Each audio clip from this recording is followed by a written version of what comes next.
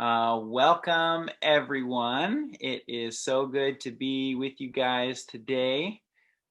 This is welcoming our new neighbors meeting. We're Doug and Anya Holcomb, the co-directors of Salem for Refugees, and just glad to be with you guys on this beautiful sunny day here in Salem. So um, we are always thankful for each of your continued involvement and engagement in welcoming our new neighbors, even in this really unique and challenging season of life.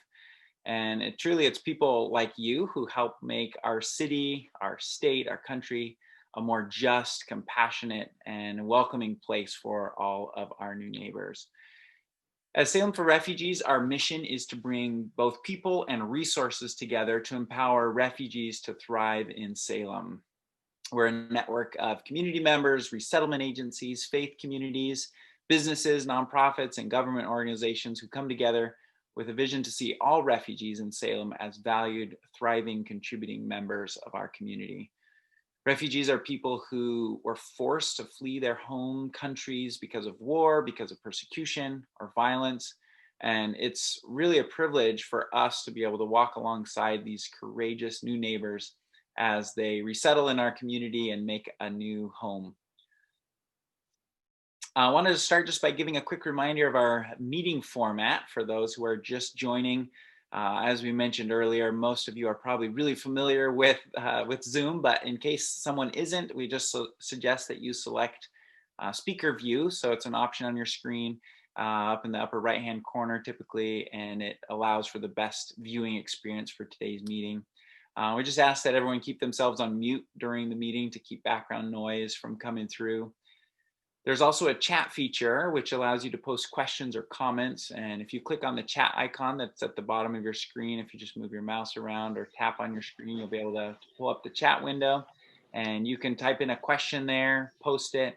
We'll do our best to watch the chat so we can get those questions in the meeting if possible.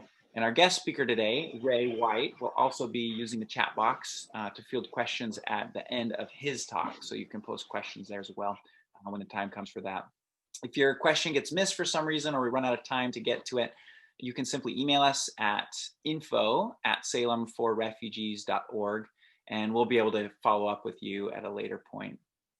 So I'm now going to transition to another computer and I'll be monitoring the chat box, and Anya is going to take things from here. All right. Welcome to any of you who may be new to Salem for Refugees and joining us for the first time today. We're so glad that you're here.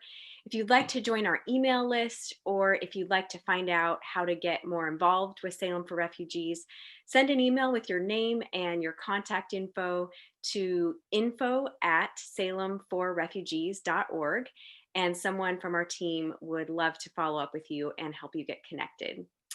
The next Welcoming Our New Neighbors meeting will be held on Monday, December 7th from 12 to 1 p.m.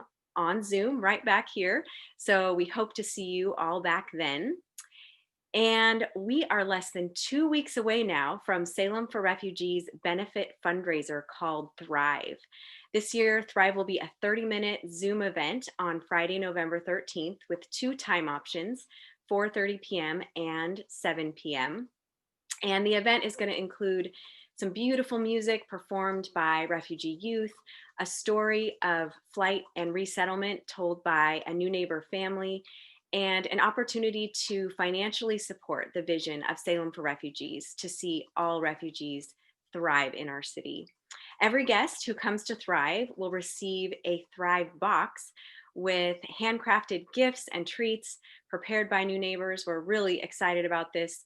A few of the items, just to give you a little bit of an idea, include a wooden keychain made by refugees working at Sparrow Furniture, baklava baked by a Syrian neighbor, and coffee beans roasted by a Sudanese neighbor from Kahawa Roasting Company. So make sure to register by the end of this week so that we can reserve and deliver a Thrive box to you. You can register right now by going to salemforrefugees.org/thrive. We'll put the link in the chat box as well if you want to copy it from there. And we'd love to have your help spreading the word to your family and friends and inviting them to join us for Thrive. You can share that registration link with them where they can view the invitation and register. It's a great way to extend the reach of Salem for Refugees to people who want to learn more about welcoming their global neighbors here in Salem Keizer. So again, that link is salemforrefugees.org/thrive. The Salem for Refugees mobile classroom has launched. We've been talking about this the last couple of months. This is a program where tutors are supporting kids who are engaging in distance learning. So these tutors are helping families to navigate technology, supporting children with their homework, and providing fun activities to practice English. We're so thankful to those who are giving their time as tutors this fall.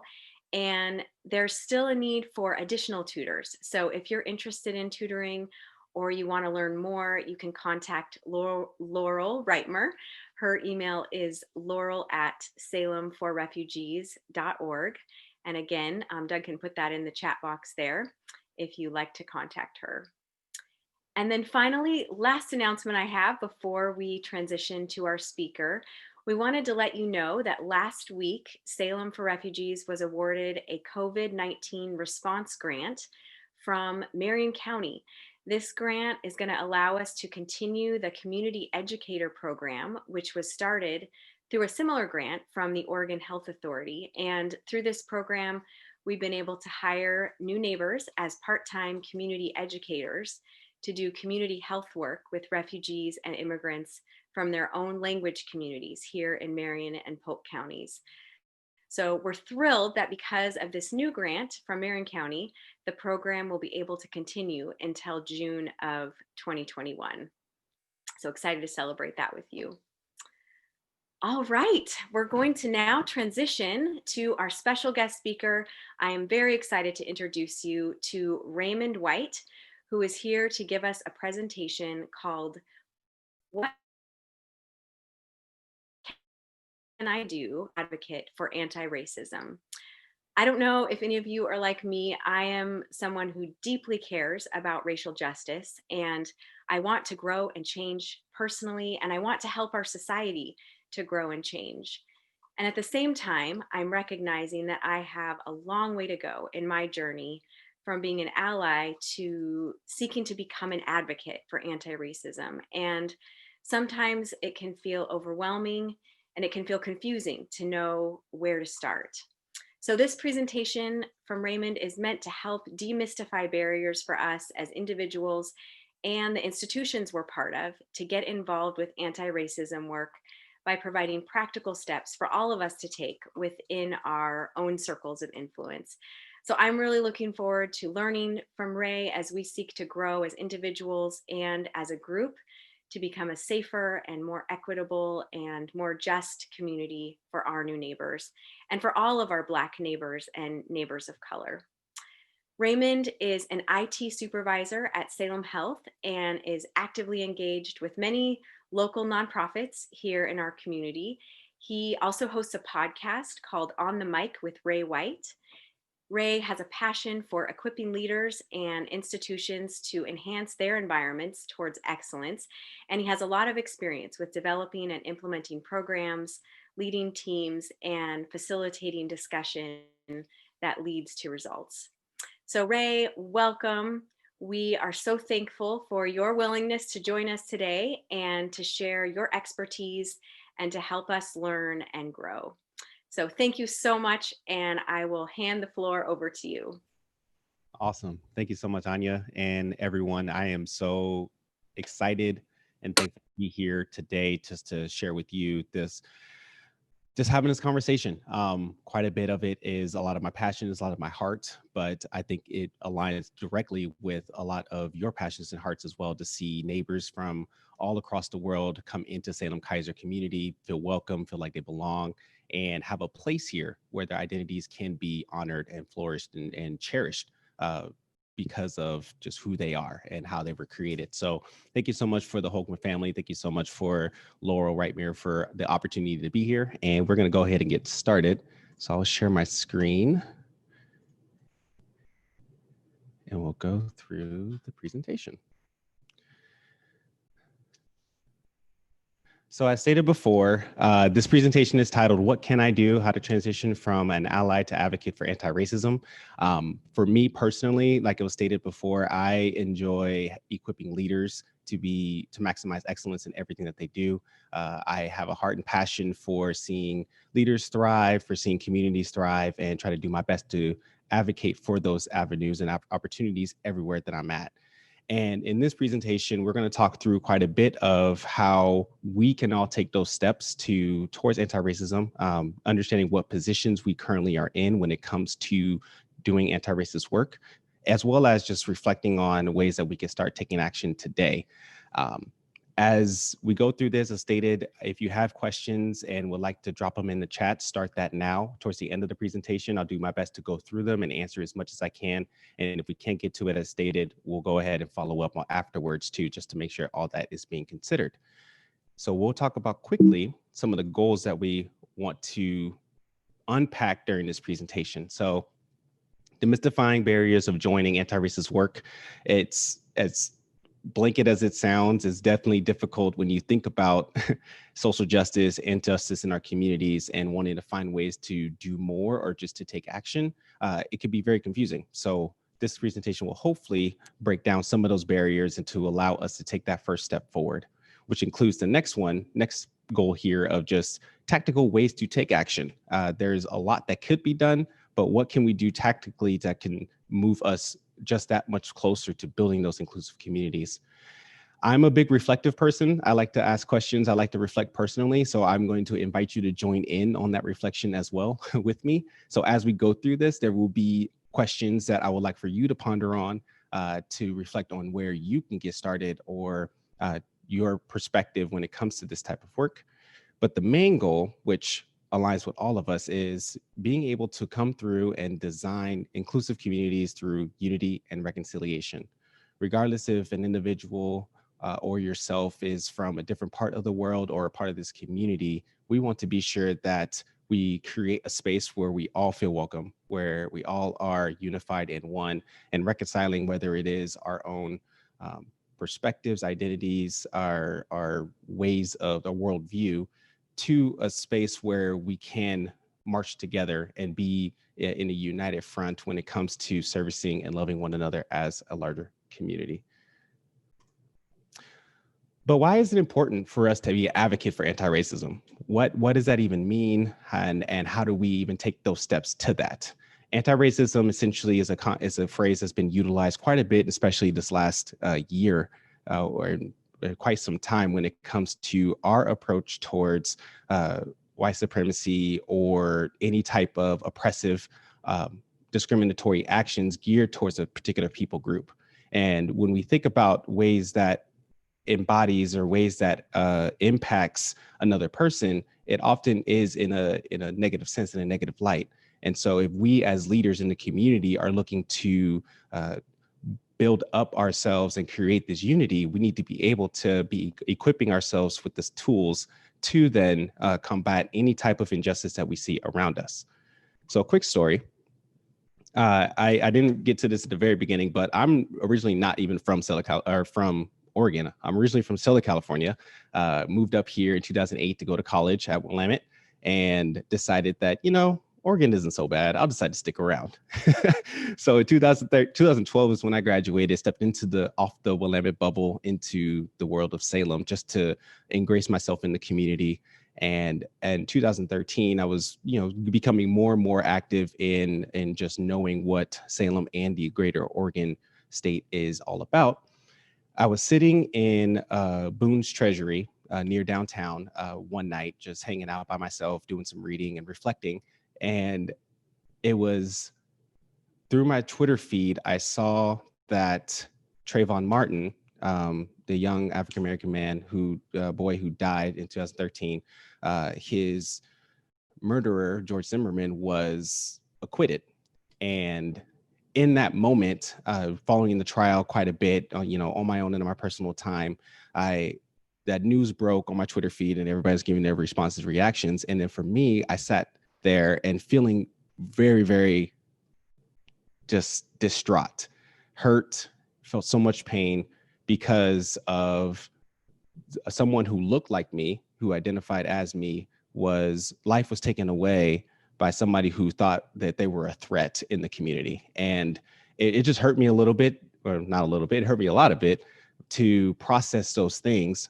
But then I looked up from my phone and looked around me and felt that there wasn't any other individuals who had that same sentiment or who felt the same way.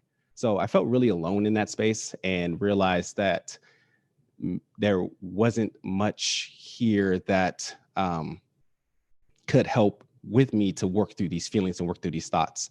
And then as I was navigating that with other people, I often heard this phrase of, well, that really doesn't happen here. That type of injustice, that type of oppression that we see doesn't happen here in this community. And it just made me puzzle. I was perplexed by that statement, because just because it's happening on a national scale, and sure, it's not happening at that highest level, there are still activities that are going on in our communities that may happen covertly or under the radar that may not shed to light. And just being thoughtful of that started me on this journey and quest to kind of understand more, to equip myself to say, how does this unpack within this community, as well as engaging with other organizations and people who have the same sentiment to navigate that as well. To where we reached to 2020, and this past summer, we've seen tremendous amount of uprisings and uproars and pain and trauma being experienced. And especially as we've been in this pandemic, seeing it on social media as a boilerplate for a lot of those emotions that are occurring around us. And, for the past 7 years, seeing just so much of that coming to light, and more people, more conversations happening, saying, this is not right, this is not okay, how do we take action in this space? And in this past summer, a friend of mine a close friend of mine I went to school with, he gave me a call one night, and he said, Ray, I don't know what to do. He's a coach in this community. He deeply, truly cares for his players and his students. And he gave me a call and said, I have these players who feel this way, who feel very strongly about the injustice that they're seeing, but yet I don't feel ready to have that conversation or create that space. And it was part of the thought process to say, what could be done to help equip leaders, to equip people who are working to unpack these experiences or these knowledge in this framework, to help navigate not only themselves, but the people that they're leading to, and making it a little bit more visible that there are things that you can do today to take action in that space. And so I also understood that why he felt so paralyzed or felt so constrained to take action, because if you look that if you think about how there are many different names, and these are just the high profile names of individuals who have lost their lives due to white supremacy since 2014. Many more have not even listed, or many more stories and names haven't been shared. This shows that we have seen so much trauma, heartache, and pain, and seems like it keeps continuing to come. And for those who identify, especially for me as a person of color in this space and seeing these names, I feel very strongly that of pain and remorse, of sorrow. And now that we've continuing to see more of these names and more of these experiences are coming to light and stories are being shared, other individuals, especially those who are not a part of the people of color or are experiencing trauma within this way, are also feeling the same remorse and same pain. And so when the summer hit of Ahmaud Arbery, Breonna Taylor, and George Floyd, when those individuals lost their lives, I received quite a few phone calls from individuals asking me, hey, Ray, what can I do? Like, how can I help? I've seen this in this area. I'm not sure what I could do in this space, but I want you to know that I'm here for you and want to support you in any way. And I'm so appreciative that there were individuals who were outwardly thinking about how these names affected me, as well as affected those of color, folks of color in this community as well. And in the context of Salem for Refugees, especially, the individuals who are coming into this country may not necessarily have a direct impact or connection to this, but still that same framework of them being into this space, into this community, and being seen as an outsider, as a marginalized individual, does play a role in a factor of how we approach and connect and relate to them. And so being able to take steps forward and asking ourselves, what can we do, is something that I'm passionate about to help unpack and help to work through. So after I had my conversation with my friend and recognizing that, there are a lot of leaders who want to make that transition from ally to advocate, but may struggle with just what are some tangible steps to take action in that.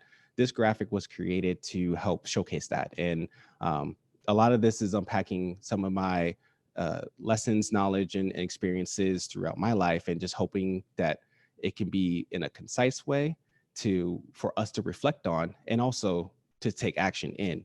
And as we go through these and later in the presentation, it could seem like this is overly simplified, which is not the goal.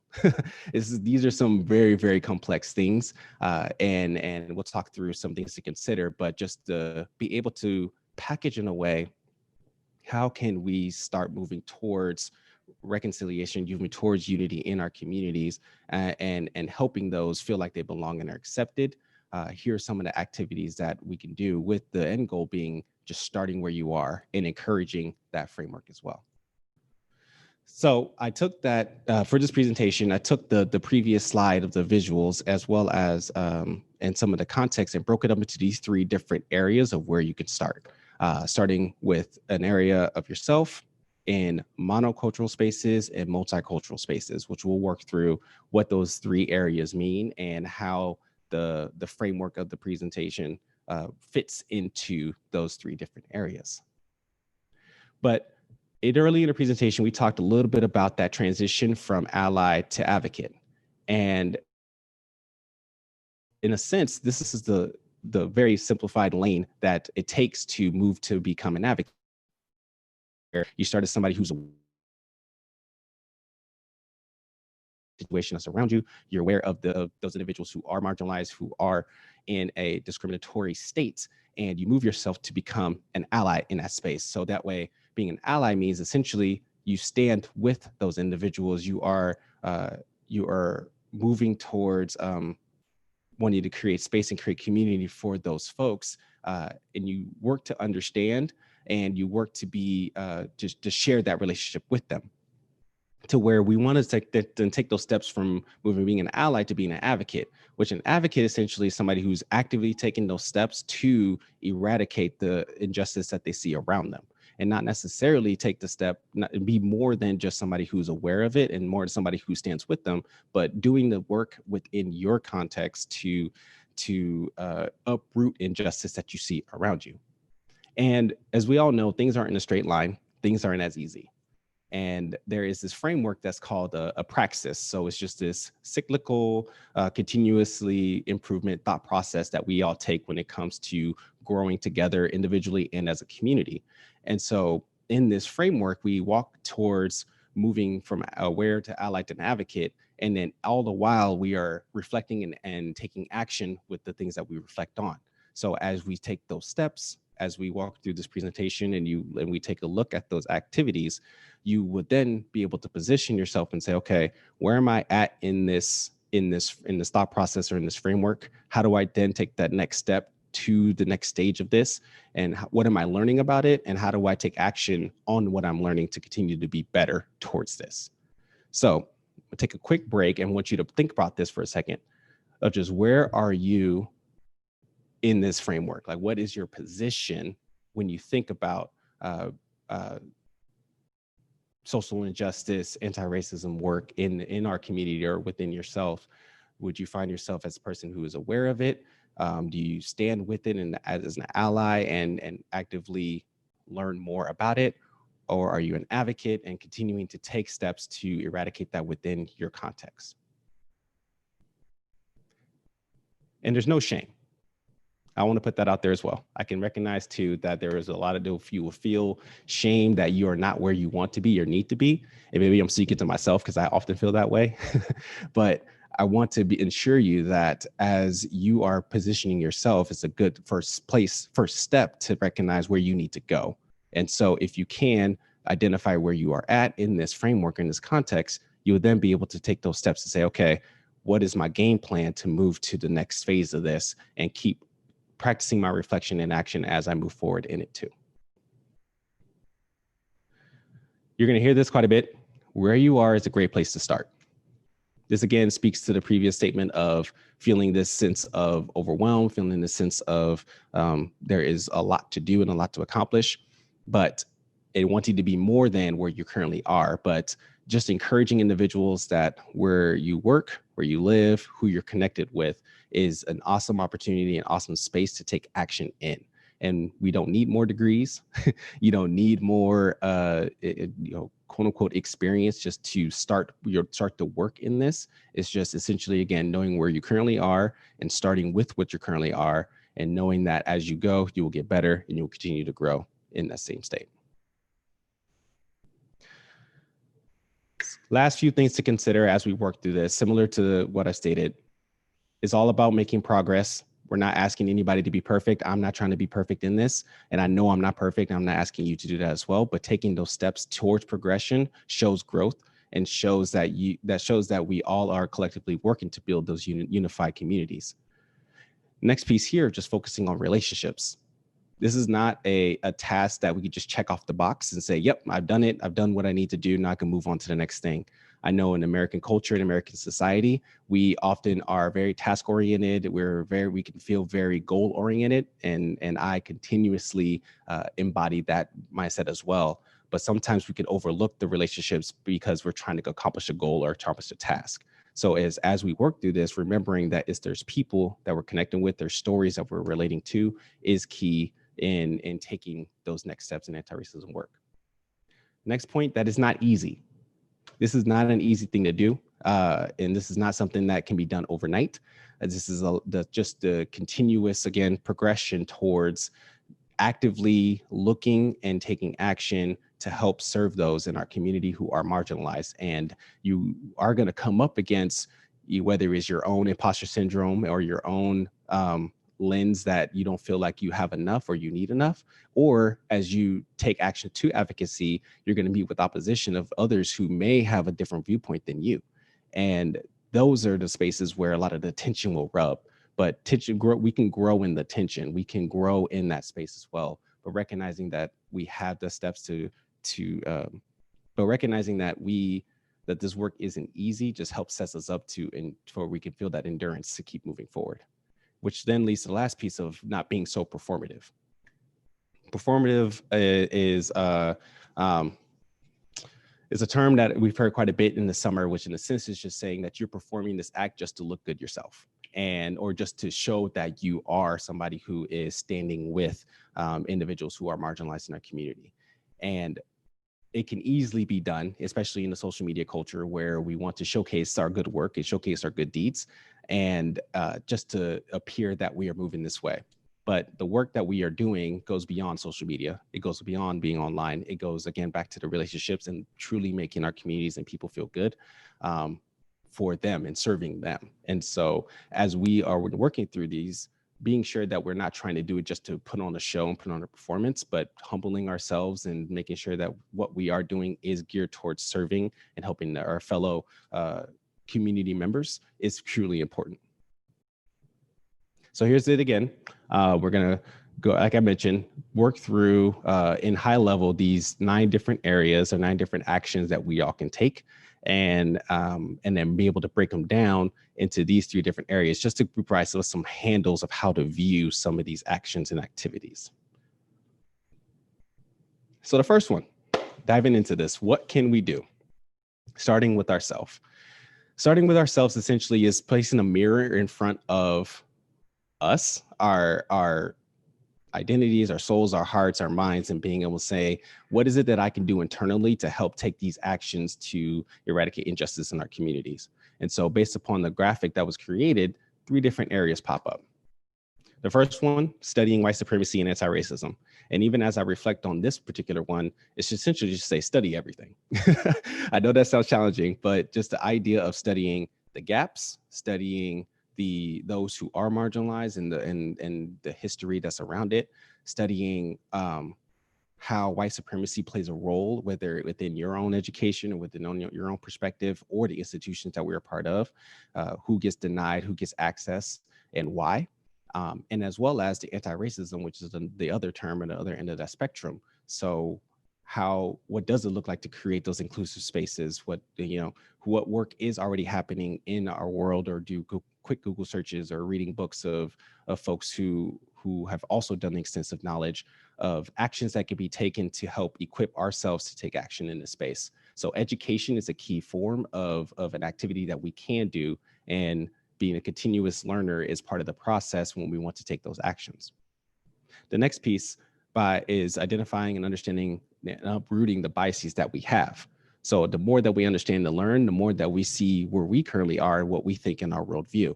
And we all have biases that we all have to work through, whether it based upon somebody else's identity or the way that they're behaving or how they present themselves.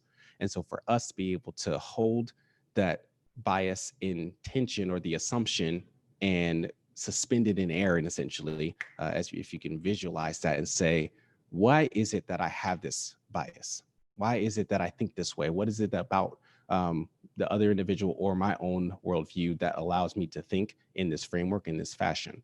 And again, not stopping there, continuing to work through that to uproot it out of our system so that it doesn't hinder us from taking action or hinder us from building that unified community that we are seeking to build. And then the third piece here of recognizing that you're not the savior. This one's a tough one, especially as I understand that, or I'll speak for myself. I love to come in and help change everything and be the one that's the hero. And this speaks to the performative nature that we all may have and may embody.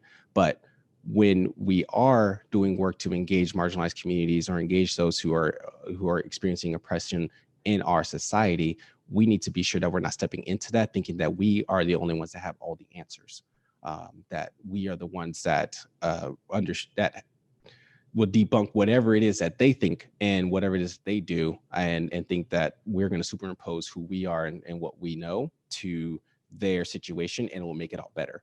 And that is something, again, these I guess all these other things are actions that we have to think about whenever we are problem solving or working with others, is ensuring that we're not stepping in thinking that we are going to save them in the situation or save them entirely, but we are stepping in to build relationships and build connection with them and hopefully uplift what they are experiencing or what they know, and amplify their voices in this space.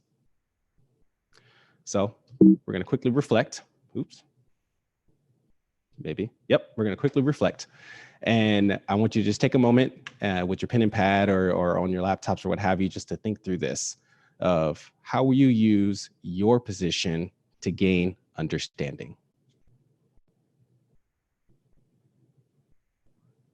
How will you take the step or look in the mirror or suspend your assumptions to understand more of what it is that who you are or what your worldview is, and be able to poke holes in it, but in a way that shows growth and being critically analyze how your actions and your thought processes are impacting or affecting the other individuals that may not look like you or may not be a part of your community.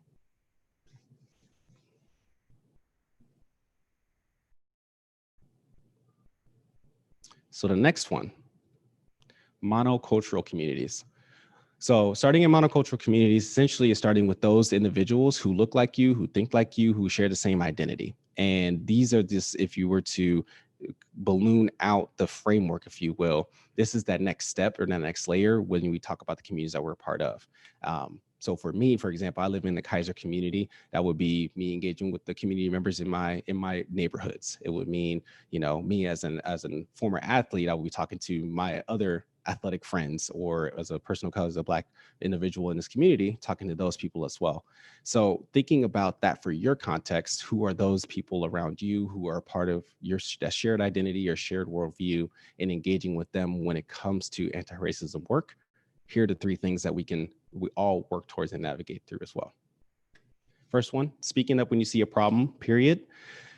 This is part of that tension that we may share whenever we are engaging other individuals, especially those who look like us and think like us. When we are in those spaces, and this makes sense when we think about societies and cultures, we oftentimes feel comfortable in those spaces where people who act like us and think like us to kind of share a little bit more freely or open up ourselves a little bit more so. And that's fine, because that helps build community. Where it doesn't become fine is when words, actions, phrases, and conversations are moving towards discriminating somebody, whether in that space or not in that space, and continue to dehumanize those identities that are not like theirs, the racialized other in this context. And so being an individual who is standing in the gap and saying, that's not okay, as one tactic and one opportunity, is something that has to be done, especially in those spaces. Because honestly, the burden of that being shouldered on those of color or marginalized communities to always have to speak up whenever there's a problem, whether in the circles, in other monocultural circles, or in the institutions, could be very tiring and burdensome. But as we move to allied to advocate, that's part of the advocacy work, is stepping up, is communicating, is speaking out whenever you do see something that is discriminatory to other individuals, which then leads to the next piece of continuing the conversation. It's easy, and here's a prime example. It's easy that we can have this conversation today, and then I can leave tomorrow, and then this conversation never is brought up again. Or anti-racism, or when it comes to overturning white supremacy or uplifting marginalized communities, these types of discussions can easily die here today if it's not carried forward. So as we're moving towards an ally to an advocate, we have to ensure that every space that we're in, or the spaces that's appropriate to have these discussions, we are continuing to bring the discussion up and keeping it top of mind, so that way we all can change together and work together in those spaces. And which leads to the sixth one, this point here, number 6, of just using our spaces, our position, to create that space. We all have some level of position of power that we hold. It could be something of a title or a status, or just the way that we navigate a room and how we operate in that space. Being somebody who can recognize the presence that they have, and the titles that they hold, and the positions that they have, we can utilize that to help create that space for more of these type of conversations, or other voices to be entering into that space, to build that inclusivity for our communities. And that's by looking at the policies and procedures that of our institutions. Again, it's looking at who's in the room, who's not in the room, and asking yourselves that question of, why is it that we don't have representation in this space whenever we are having these discussions, and what could we do as an individual or institution to overturn that, and continue to have those discussions in those spaces. And like all of these, and like the ones previous to, this is not something, again, that's going to happen overnight. It's an ongoing thought process and exercise, as well as action and engagement with other individuals, to then say, we have to take those steps, or figure out what our roadmap is to keep the conversation going, to stop any type of discriminatory activity that is occurring or being spoken about to those marginalized communities, as well as creating space for those to enter into the space and feel belonged and welcomed in our communities. So another reflection. Again, looking at your position, which is the thesis of this whole presentation, is how we will use our position to advocate for others.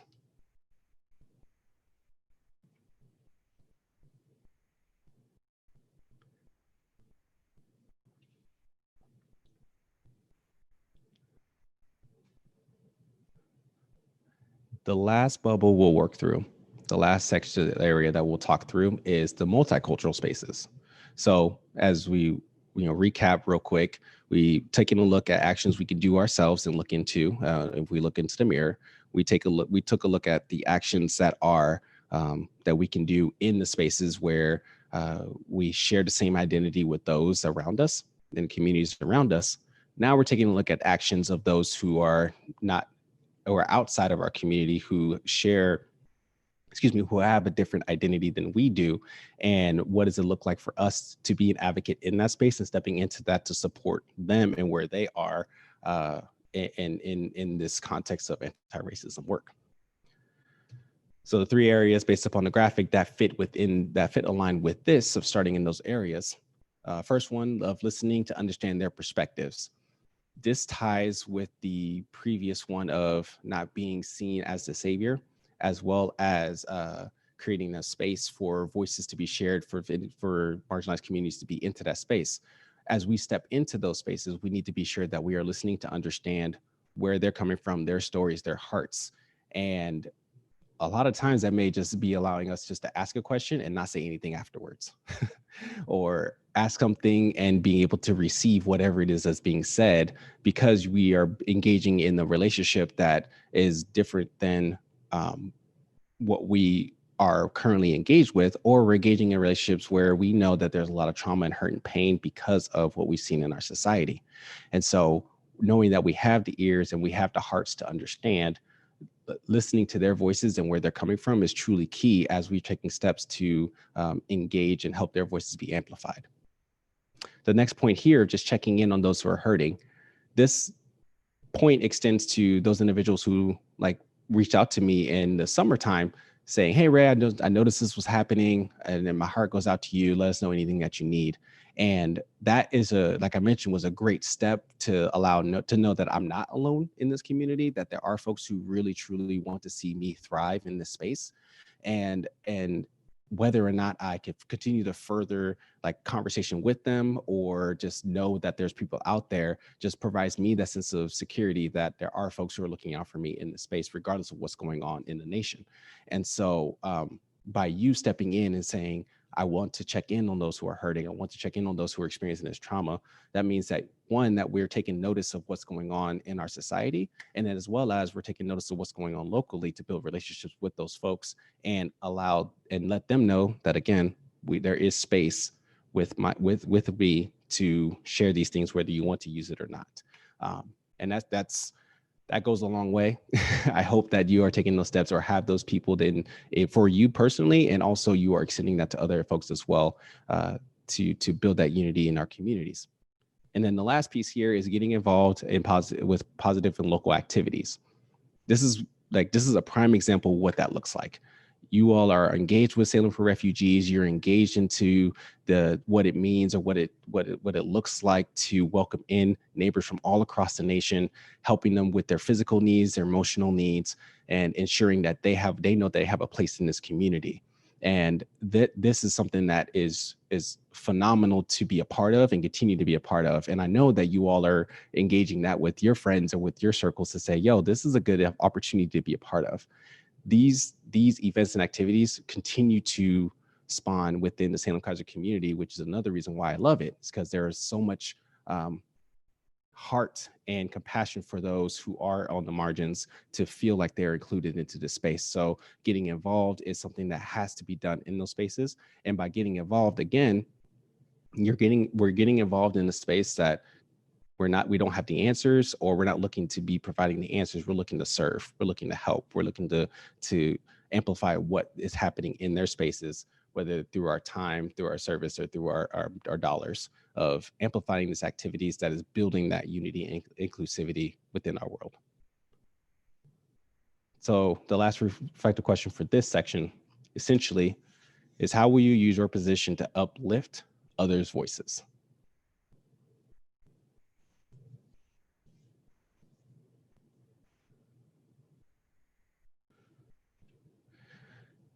Now, on the count of three, I want everybody to take a deep breath with me. 1, 2, 3. Breathe in and breathe out. That was a lot. I'm not going to lie.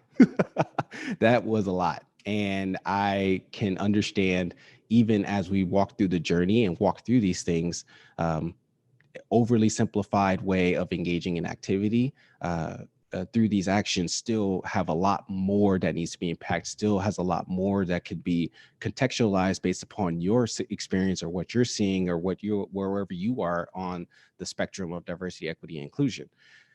And I get that and I understand that. And like I stated before, this is not to say that we are going to immediately take action in this tomorrow, or that you're expected to be an expert on this by the end of the day. But this essentially is stating that I recognize that this is a lot. We recognize that there's a lot of work that can be done, but you also are in a great position today where you are to get started in this space. And so wanting to encourage you as you navigate through this, and in other education or other knowledge when it comes to anti-racism work, that where you are is a great place to start, and want you to keep going and to keep taking action that is geared towards helping build these inclusive communities for our new neighbors and our current neighbors to feel like they belong and that they're welcomed in our spaces. So I know I asked way too many questions. That's who I am. These are the last three. I promise you, the last three questions I'm gonna ask you. And essentially is pick an area. We'll make sure that the graphic is available for you all to grasp, and you can reflect on these things as well. But what is one of these areas that you could just start taking action in and working towards taking action in that space? And then the second question here is more of again, an internal space of recognizing where the struggle is to take action. There can be a lot of hindrances towards joining in. Again, the overwhelm, the knowledge, the experience, expertise, all those types of things. But being able to know, again, where your mind and heart is and position yourself, understand what position you're in, you'll be able to create that plan to take the steps to either navigate that and to work through that as you are engaging into the anti-racism work. And then the last piece is, who can you partner with? Please don't do this on your own. This is not intended for an activity to do by yourself in your house, in your garage, all by yourself to navigate through these things, because there's going to, as you navigate the journey, more questions will come up, more ways to process it what's going to happen. And even as you're taking action, it's good to do it with community, do it with others, because then that helps just grow and helps build our own worldview and perspective when it comes to service and engaging, building unity communities. So knowing that whether you're one person or you have a small group that you're saying, yo, how can we come together and do this well and navigate through this is an important step in joining in on anti-racism work. And with that is the presentation of what can I do, how to transition from ally to advocate for anti-racism. Again, I'm so thankful, appreciative for everybody hanging out and listening and engaging into this and finding ways to take steps forward. I am going to stop sharing and open up the chat to see what is happening. Okay. Whew. Appreciate everybody joining in the chat. Let's see, I'm gonna start on. Shout out to all the Willamette alums. Yes, that's awesome.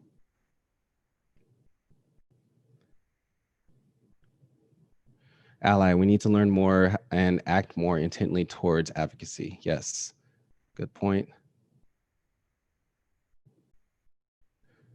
So somebody wrote here, struggling to reach out with my friends who are Black. I don't want to come across as creating yet another situation where they have to do the emotional labor. That is an excellent perspective to think through. And knowing that not all Black stories and Black experiences is a monolith, everybody has their own experience or relationship when it comes to that. I would say one of the biggest pieces with that one is essentially saying, what do you need? Asking them what they need, asking them how will be the best approach or the best way to engage when it comes to this, because you're right. The emotional toll and labor isn't on those who are marginalized to help educate or to help navigate those things or uproot those traumatic events. And that's okay. So being able to step in and say, okay, how can I help you? What would be best? Or just know that I'm here if you do want that, allows that, again, that awareness to know that there is somebody advocating for them and a listening ear or somebody who's going to be standing by their side as they navigate this too. Would love suggested resources for community activity and connection. I believe maybe towards the tail end, Anya may have some of those things. It's more particularly for the Salem for Refugees community, but it could be an opportunity afterwards to project out, here are some of the ways in our community where people are doing this work or those who are actively engaging and how we can keep the conversation going. We could probably send that out too. And make sure I didn't. CASA, another good organization. Yep, Epilogue. A lot of Epilogue has been, if you follow their webpage or their social media account, they've done quite a bit of work of communicating those things and ways to get involved or just bringing awareness to racism work. So those are good.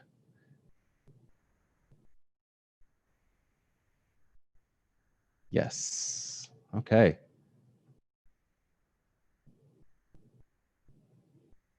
School board's doing some work. Looks like the United Methodist Church of Salem is doing some work, reading through books and going through classes. That's great. And that's part of the work as well of for ourselves, is being outwardly communicative of what is occurring in our communities, because we think that there's nothing happening, which that's far from the truth, right? I would say that was probably a lot of my thought process in 2013. I thought that nobody was talking about this. I thought nobody was engaging with this, when actuality, it just required me to step out of the circles that I was a part of and see where are these discussions happening and where can I join in on what's the work that's already doing, and not try to recreate a program or recreate something, but engage into the space. So as you are working through your perspectives or understanding what is going on in the community, sharing that in your networks and as well as joining in yourself is important, because that helps build that community when it comes to this work. But if I want to have more people of color in my circle, how do I do this in a way that's honoring others? That's not an embarrassing question. That's a good question. Yeah, so having more folks of color in your circle is something that, again, similar to the point earlier of not being a monolith of how we approach communities of color. Some of that may require us stepping out of our comfort zone and stepping into those spaces. And again, maybe some of that requires of just engaging folks of color and asking them, again, what would be the best approach to build this inclusive community? Because there may be some specifics that, based upon what kind of circle you're creating or what kind of community that you're building, there may be some specifics that could be discussed that ensures that we cover all our blind spots in that way. So the fact of the matter is that you're thinking about wanting to increase your circles is important and it's great and that's good. And that you're also looking to bring honor to them and who they are, and their voice is also great as well. So then the next step was just having conversations with those that you trust, especially those of color, and asking them, okay, what would be appropriate, or how do we want to work through this together? And I believe, I see another question here. How do we meet people? How do we meet people on their journey? So do you mean like meet people where they are at, or understand where people are on their journey? So yeah, meeting people where they're at. Yeah. That takes quite a bit of, meeting people where they're at is a key thing that, for us at least, to understand where our position is and what our thought processes and hearts and minds are, is necessary, and do the internal work before we start engaging with other people in their work. Because what we could find is, if we are not ready to receive, or we don't have the worldview of working to build that inclusivity within our perspective, we could we maybe feel like another person, wherever they are in their journey, we may see that their position is wrong, or their position is they're not on your level, if you will. And knowing that there's a little bit of humility that needs to happen in that space. But if you're going into situations where you're truly wanting to build relationships, asking questions, engaging to understand what they think and what they feel, and not try to turn them over, if you will, or win souls or what have you, is just more truly saying, I just want to understand. I want to get to the same level and find ways that where we see things in common, and then the areas where we don't see in common, just ask each other questions to understand why is that, or how do we work through that. And part of that is understanding what the end goal is when we were trying to work through the journey. So I'm sure there's a lot more to that, but in a sense of just being able to take a step back and humbly ask ourselves where we are at, knowing where we can find ways to find commonalities with others who may be on different parts of the journey. And then those areas that we have differences, if we know the ultimate end goal is to build unity, we will need to be on the same page of how we want to approach those conversations and work through those things. I got about another minute. And these are great questions, and they're big questions. So what I will do is, obviously we'll talk about that. Questions can continue to come. So if you do filter your questions to Anya and Doug about this conversation, about this topic, please do that as well. and we'll be able to. And I think in my chat here, I'm on social media as well, on LinkedIn, Twitter, Instagram, all those spaces. So if you do want to reach out to me directly, I'm available for that too, and we can continue to have this conversation as well.